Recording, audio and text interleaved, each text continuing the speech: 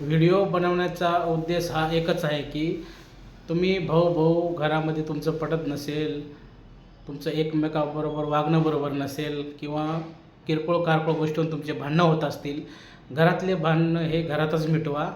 कारण की कितीही काही झालं तर उद्या तुम्हाला खांदा हा भाऊच देणार आहे, भाऊकीच देणार आहे. हे आजही सत्य आहे आणि उद्याही सत्य आहे.